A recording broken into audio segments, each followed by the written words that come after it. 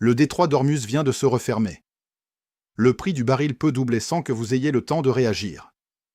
La crise qui se déroule en ce moment entre Washington et Téhéran est probablement la plus grave depuis la guerre du Golfe. Revenons quelques semaines en arrière pour comprendre comment on en est arrivé là. Le 28 février 2026, des frappes militaires américaines et israéliennes frappent les installations nucléaires iraniennes. Ce jour-là, le guide suprême Ali Khamenei perd la vie dans l'attaque. L'Iran riposte avec des missiles et des drones. Le corps des gardiens de la Révolution adresse un avertissement sans ambiguïté à tous les navires commerciaux, ne tentez pas de franchir le détroit d'Ormuz. En quelques heures, le trafic s'effondre. Maersk, CMA-CGM, HAP-AG Lloyd, les trois géants mondiaux du transport de conteneurs suspendent leur transit. 3 pétroliers sont touchés, l'un prend feu au large d'Oman. Et pendant ce temps, les Houthis au Yémen reprennent leurs attaques en mer Rouge, bloquant simultanément l'autre grande artère maritime du commerce mondial. Arrêtez-vous une seconde sur ce que cela signifie concrètement. Le détroit d'Ormuz, c'est 33 km de large à son point le plus étroit. 2 voies de navigation de 3 km chacune. Et par ces couloirs minuscules transitent chaque jour environ 20 millions de barils de pétrole, soit près d'un cinquième de la consommation pétrolière mondiale. L'Arabie Saoudite, les Émirats Arabes Unis, le Koweït, l'Irak, le Qatar, tous dépendent de ce passage pour exporter leurs hydrocarbures. Et pour le gaz naturel liquéfié qatari, qui représente un quart des exportations mondiales de GNL, il n'existe tout simplement aucune alternative. Aucune. Le détroit d'Ormuz n'est pas un incident diplomatique. C'est un verrou posé sur l'approvisionnement énergétique de la planète entière. Dès les premières heures de fermeture effective, les marchés ont réagi avec une brutalité que peu d'analystes avaient anticipée à cette échelle. Le baril de Brent, qui oscillait entre 60 et 70 $ avant le début du conflit, a franchi le seuil des 100 $. Les semaines suivantes l'ont vu monter jusqu'à 110, puis 115 $. Des économistes de Goldman Sachs et de JP Morgan évoquent des scénarios à 150, voire 200 $ le baril si le blocage devait se prolonger plusieurs mois sans alternative crédible. Pourquoi ces chiffres vous concernent-ils personnellement ? Parce que le prix du pétrole ne reste pas dans les raffineries. Il se propage à tout le reste.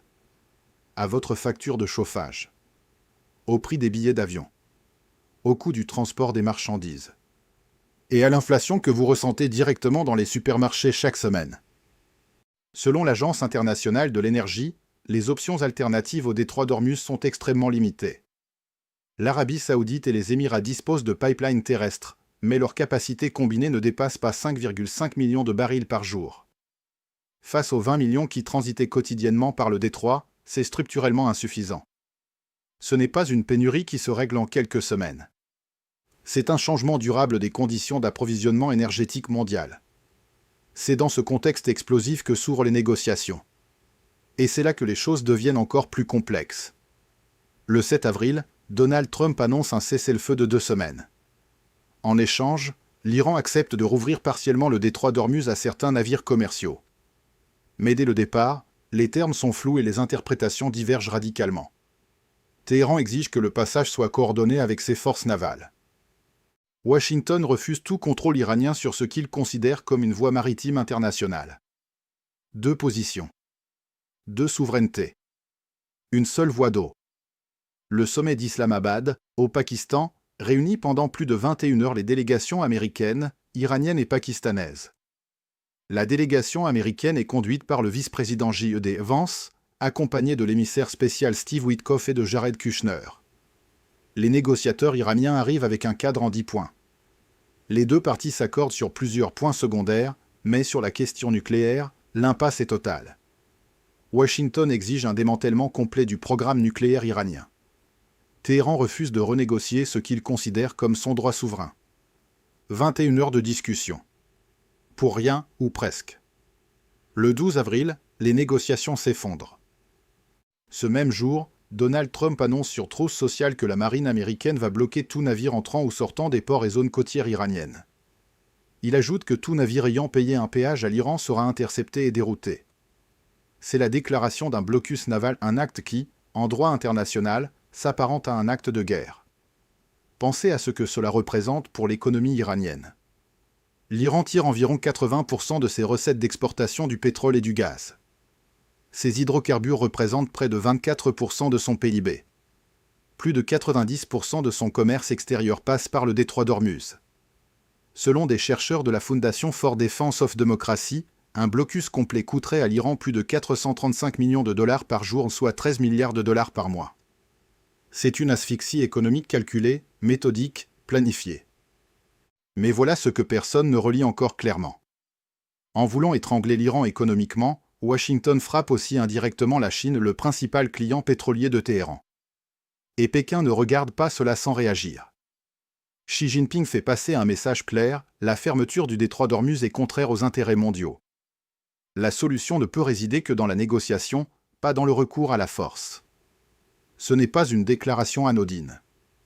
C'est un signal de puissance formulé sur un ton mesuré. La Chine n'est pas seulement une grande économie mondiale, elle joue un rôle central dans l'approvisionnement pétrolier mondial et ses intérêts dans cette voie maritime sont directs, concrets et non négociables. Sous cette pression combinée internationale, économique, diplomatique, Trump adoucit son discours. Il déclare avoir rencontré les bonnes personnes et vouloir désormais régler le différend avec l'Iran par le dialogue. Il affirme que l'Iran a pris l'initiative de contacter les États-Unis pour exprimer son désir de parvenir à un accord et que des progrès ont été réalisés sur de nombreux points, même si la question de l'uranium reste en suspens. Ce revirement est d'autant plus frappant que quelques heures auparavant, Trump multipliait les déclarations fermes, donnant l'impression que les États-Unis étaient prêts à tout.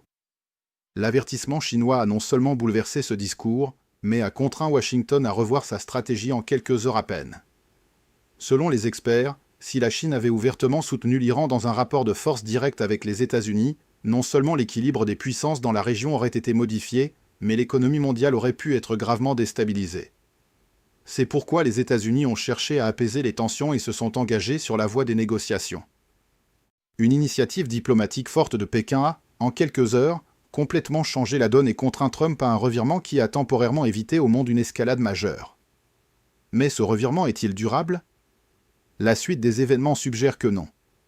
Le 17 avril, l'Iran annonce la réouverture complète du détroit d'Ormuz pour les navires commerciaux, en liant cette décision au cessez-le-feu entre Israël et le Liban. Les marchés réagissent immédiatement. Le pétrole chute de 11% en une seule séance. Les bourses européennes et américaines rebondissent. Pour quelques heures, l'espoir revient. Mais le lendemain matin, le 18 avril, le président du Parlement iranien, Mohammad Bagheri Ghalibaf, publie sur X un message sans équivoque. Il déclare « Si le blocus américain des ports iraniens se poursuit, le détroit d'Ormuz ne restera pas ouvert. » Et il précise que tout passage devra s'effectuer avec l'autorisation de l'Iran. Traduction directe, l'Iran ne renonce pas à sa souveraineté sur cette voie d'eau. Il accepte temporairement de rouvrir pour ne pas être désigné comme le seul responsable de la crise, mais il garde le contrôle. Il joue avec le temps. De son côté, Washington maintient son blocus des ports iraniens. Trump déclare qu'il n'y aura aucun péage, aucune condition imposée par l'Iran sur ce qu'il considère comme une voie maritime internationale. Les deux positions sont structurellement incompatibles. Ce n'est pas une résolution. C'est une suspension armée, fragile, provisoire qui peut exploser à tout moment. Parlons maintenant de ce qui se passe vraiment dans les coulisses de cette crise. L'Iran ne négocie pas uniquement avec les États-Unis. Il négocie avec le temps. Et avec la douleur économique qu'il peut infliger au reste du monde. Téhéran a compris quelque chose de fondamental, la fermeture du détroit d'Ormuz ne fait pas que blesser ses adversaires. Elle crée une pression internationale diffuse qui remonte vers Washington. L'Inde, la Chine, l'Europe, toutes sont indirectement impactées. L'Iran joue donc un jeu d'échecs où le détroit est une pièce stratégique majeure. Et Washington répond par un blocus naval. Deux puissances qui s'infligent une pression économique maximale. Ce n'est pas un conflit régional. C'est un test de résistance pour l'économie mondiale entière. Voici ce que cela signifie concrètement pour vous. Si vous êtes automobiliste, vous avez probablement déjà ressenti la hausse à la pompe. Si vous avez une épargne, une assurance vie ou un plan retraite, les marchés ont connu une volatilité majeure. Si vous travaillez dans la logistique ou le commerce, les coûts de transport explosent. Ce ne sont pas des effets temporaires. Ce sont les premiers signaux d'un changement structurel mondial qui va durer. Deux chemins sont devant nous. Le premier, une négociation contrainte, avec un accord provisoire qui ferait redescendre le pétrole vers 80 $ et permettrait une stabilisation progressive des marchés. Le second, une escalade incontrôlée, avec un blocus durable, des tensions qui s'étendent à d'autres acteurs, et un baril qui franchit les $150 voire plus. Nous sommes exactement entre ces deux scénarios. Et le détroit d'Ormuz, ce couloir de 33 km que la plupart des gens ne sauraient pas situer sur une carte il y a 6 mois, est devenu le point de friction central de l'ordre mondial. 3 questions pour vous, avant de conclure. Pensez-vous que Washington aurait dû accepter un contrôle partiel iranien du détroit d'Ormuz pour éviter cette crise? L'Iran peut-il réellement résister à l'asphyxie économique d'un blocus prolongé? Et si le baril atteint $150, quel sera l'impact politique dans votre pays? Répondez dans les commentaires, vos analyses comptent dans ce débat mondial. Si cette vidéo vous a aidé à comprendre les enjeux réels de ce qui se passe en ce moment, laissez un pouce bleu. C'est le geste le plus simple, et c'est ce qui permet à ce travail d'exister et de continuer. Abonnez-vous si ce n'est pas encore fait, et activez la cloche pour ne rater aucune analyse. On se retrouve très bientôt.